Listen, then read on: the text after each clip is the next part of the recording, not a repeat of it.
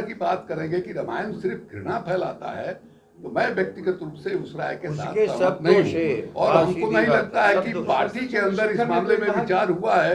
ये किसको अधिकार मिल गया है कि ये अपनी बात कहें तो उनका कह दे कि साहब जीभ काटने के लिए 10 करोड़ का हम इनाम रखेंगे। ये घृणा और नफरत फैलाने वाले लोग, इसका हम विरोध करते हैं सख्ती के साथ। नमस्कार, आप देख रहे हैं लाइव सिटीज, मैं आपके साथ प्रेम राज। देखिए, जो बिहार के शिक्षा मंत्री हैं वो रामचरितमानस को लेकर एक बयान दे दिया, उसके बाद राजनीतिक बिहार का तेज हो गया। अब जो आरजेडी के कई लोग हैं जो इसका विरोध कर रहे हैं, तो कई लोग हैं वो समर्थन कर रहे हैं। आपको बता दें, जो आरजेडी के प्रदेश अध्यक्ष है जगदानंद सिंह, उन्होंने समर्थन कर दिया। पर जो आरजेडी के वरिष्ठ नेता हैं शिवानंद तिवारी, उनका कहना है कि इस मुद्दे पे जो हमारे पार्टी है उसमें कहीं पे कोई बैठक नहीं हुआ है, कोई निर्णय नहीं लिया है कि समर्थन कर रहे हैं कि विरोध कर रहे हैं। क्या कुछ कर रहे हैं शिवानंद तिवारी, ठीक देखिए आप इस वीडियो में। उन्होंने ये कहा कि अगर मरने के समय मेरे मुंह से राम नहीं निकलेगा तो माना जाएगा कि मैं राम भक्त नहीं हूँ। तो उन्होंने हे राम कहा, मरने के समय कहा। इसलिए हम जो है इस बयान से इत्तेफाक इस मामले में रखते हैं जो इन्होंने जगता भाई ने कहा कि इसमें हीरा मोती भी है और कूड़ा कचरा भी है।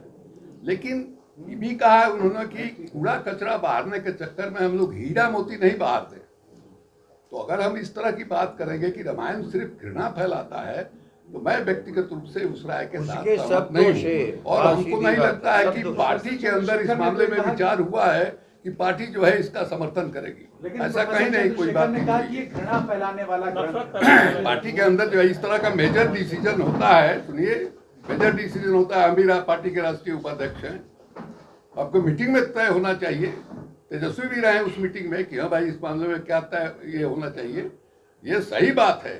माने बाबा साहब अम्बेडकर ने मनुस्मृति को जलाया है 1970 में। उसी तरह से मान लीजिए चंद्रशेखर जी ये राय रखते हैं कि उसमें शूद्रों के बारे में, महिलाओं के बारे में जिस तरह का बयान किया गया है, जिसको कूड़ा कचरा मानते हैं, उसका ही विरोध करने का इनको अधिकार है।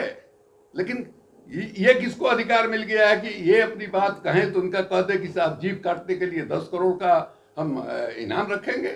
ये घृणा और नफरत फैलाने वाले लोग, इसका हम विरोध करते हैं सख्ती के साथ। तो इनको भी अपनी बात कहने का लोकतंत्र है भाई, लोकतंत्र है। इनको चोट लगी कि नहीं साहब शूद्रों के बारे में उसमें कहा है कि पूजिए विप्र ज्ञान गुणहीना और पूजिए न शूद्र सब गुण प्रवीणा। ये भी लिखा है, तुलसीदास ने लिखा है। लेकिन ये भी साथ लिखा है कि सिया राम मैं सब जग जानी। ये भी कहा है कि पढ़ पीड़न सब नहीं अदमाई, परहित सरस धर्म नहीं भाई। धर्म की इतनी सुंदर परिभाषा भी उन्होंने की है। इसलिए दोनों चीज है। इसलिए लोहिया ने ये कहा, लोहिया तो रामायण मेला लगाते थे, उनके कहने पर मकबूल फिदा हुसैन जैसा आर्टिस्ट जो है बड़ा बड़ा होर्डिंग बनाया, 150, 200, 250 मैंने होर्डिंग बनाया राम के कथा को लेकर के, और उसका एग्जीबिशन हुआ लोगों के अंदर।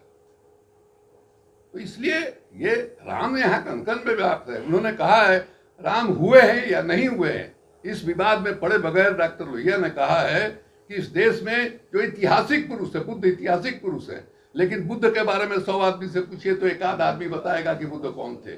लेकिन राम के बारे में पूछिए तो गांव देहात का अपढ़ निपढ़ आदमी भी राम का 4 किस्सा आपको सुना देगा। तो जीवित से भी ज्यादा बड़े हैं। कहीं भी चले जाइए इस देश के किसी भी कोने में, वहां राम की कथा, राम से जुड़ा हुआ कुछ न कुछ आपको मिलेगा।